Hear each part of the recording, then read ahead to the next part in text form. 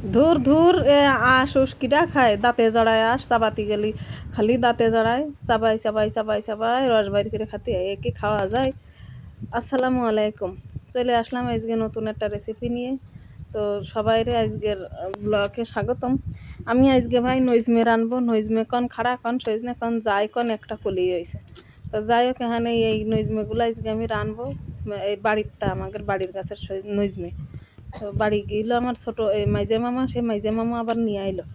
তো মামুরে কইলাম যে মামু হইলো খাড়া নিয়ে আসিস, কতি চাইলাম কিন্তু ক আর হইল না। তা দেখলাম যে সে খাড়াগুলো নিয়ে আইসে আসার সময়। খাড়া পাইয়ে তো আমি খুব খুশি। এখন খাড়া রানবো, রাইন দিয়ে তাই ভাত খাবো।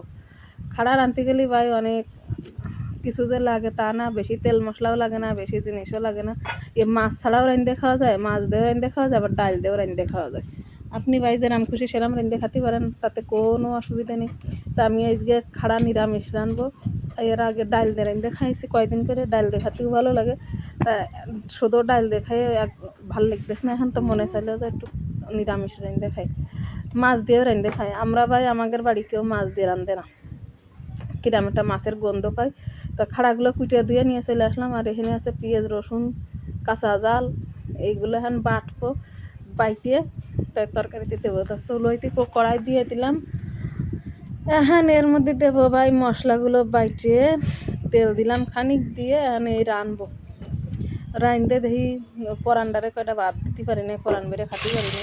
বাইরে ভাই সবসময় মনে চাই একটু আনকমন তরকারি খাই, একটু যে সব তরকারি সবসময় পাওয়া যায় না বা সবসময় খাতে ভালো লাগে না এক তরকারি।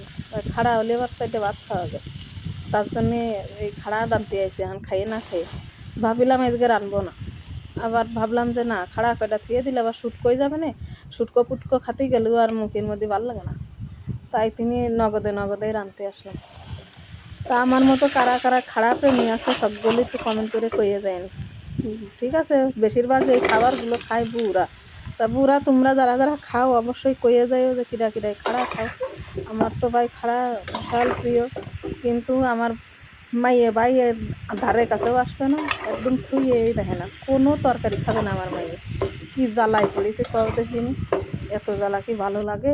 সবসময় তারে গোশ দাও, নাই বিরিয়ানি দাও, নাই মাছ ভাজা দাও, নাই ডিম ভাজা দাও, তা শুধু এই খেয়ে কি জীবন বাঁচে? তো যাই হোক আমার খাড়া এখানে এই যে কষাতেই দিছি, একটু নাইড়ে ছেড়ে দিচ্ছে, তলের তো পুড়িয়ে গেলে একটু ভালো লাগবে না, দিয়ে দিছি। এর মধ্যে একটা শস্য দিয়ে রাইন্দে খাইয়ে দেখলি যে এই জিনিস খাবে, এই খাড়া মাড়া রাইন্দে খাড়া, তারপরে কলা, এইগুলো যে কি ভালো লাগে রে বুক। আমাকে যশোরের মানুষ ভালো করেই জানে, যশোর মাগুরার মানুষ, খুলনার মানুষ, এরা খায় শস্য বাটাতে তরকারি। আমার শহরের দেশের লোক আবার খায় না রে বুক, কি কব কি কথা। ওরা এইসব জিনিস চহিও দেখে না ওদের বাড়ি। আমার শহর বাড়ি নেই, শহর বাড়ি কি আমি কোনো মানে বরিশাল জেলায় কোনো জায়গায় দেখিনি, মানে আরও কত জেলা আছে যেসব জায়গায় খাড়া মারা হয় না। তো যাই হোক আমাদের দেশে হয়, আমাদের এলাকায় হয়, তার জন্য আল্লাহর কাছে শুক্রিয়া। এখন এই খাড়া রানবো। এই যে দেখেন বুঝবো রান্দা তো প্রায় হয়ে আসলো, এই খাড়া নামাই ভাত খাবো। এর সাথে আবার আরও তরকারি রান্ধিছি, তোমরা মনে করে না যে শুধু এই খাড়াই রাঁধতেছি। এর মধ্যে আবার এইটা রান্দার আগে আমি বেগুনের তরকারি রাঁধতে চেয়ে দিছি। এই বেগুন বাগুন খাতেও ভালো লাগে, বাগুন দিয়ে মাছ দিয়ে দিলাম, সেটাও আমার প্রিয় তরকারি, আবার এই খাড়াও প্রিয় তরকারি। তো এই যে দেখো বাগুন রাঁধিলাম, সিলভার কাপ মাছ দিয়ে রাঁধিলাম, ভালোই লাগছিল, একটু ঝোল থেকে দেখিলাম, তো মজা হইল। এখন আমার খাড়া হয়ে গেছে, এই খাড়াও নামাই নেবো। এখন এই খাড়া বেশি জ্বালালি বেশি সিদ্ধ হলে আমার তিতে লাগে, বুঝেছ?